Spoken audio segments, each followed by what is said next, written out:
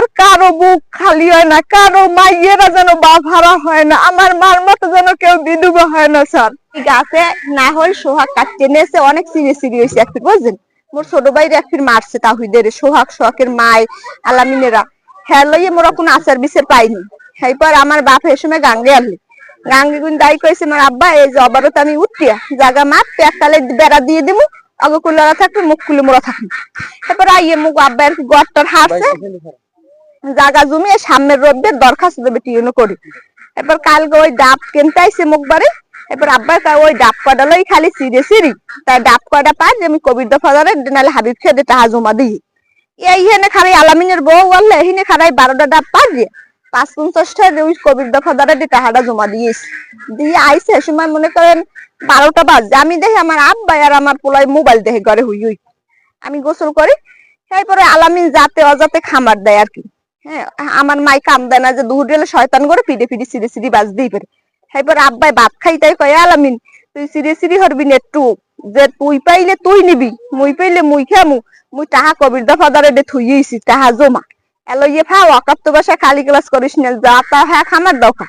হ্যাঁ পারে ও কয় বলে আলুমনে তুই এমনি তোর কল্লাদারি পাঁচরা মু পি দে মু এইরকম আর কি আজে বাজে কথা কয়।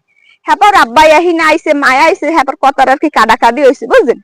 এর মধ্যে ওর বাইগু ফোন দিয়ে আনছে, ইলিয়ে চাইয়েই আব্বার একটা সোফার মারছে পরে আর কেউ ঘুরিয়ে গেছে আব্বাই বুঝলেন। ঘুরিয়ে গেছে পরে ওই যে ওই গোসকফে না গাঙ্গে সারিজের বাজায় হেয়ের একটা ওই কষার দিয়ে আব্বার একটা বাড়ি মারছে এই সোজা।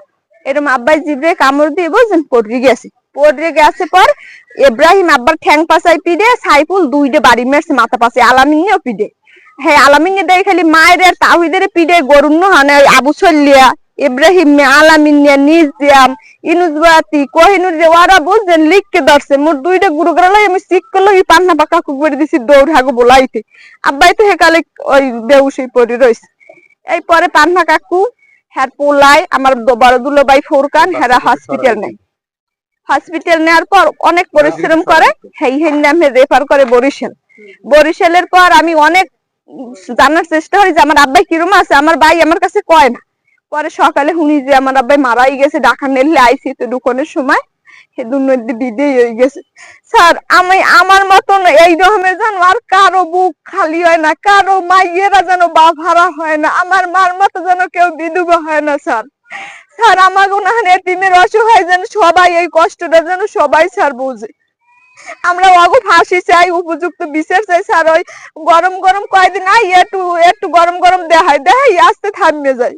কারণ এই যদি একটা উপযুক্ত বিচার হইতে হেলে মনে হয় আমার মতো এইরকমের জ্যান্ত মানুষ পিড়িয়ে দিনে দুয়ারে হত্যা করতে না, ক্ষমতার বল দেখাইতে না, টাকা পয়সার জোর দেখাইতে না।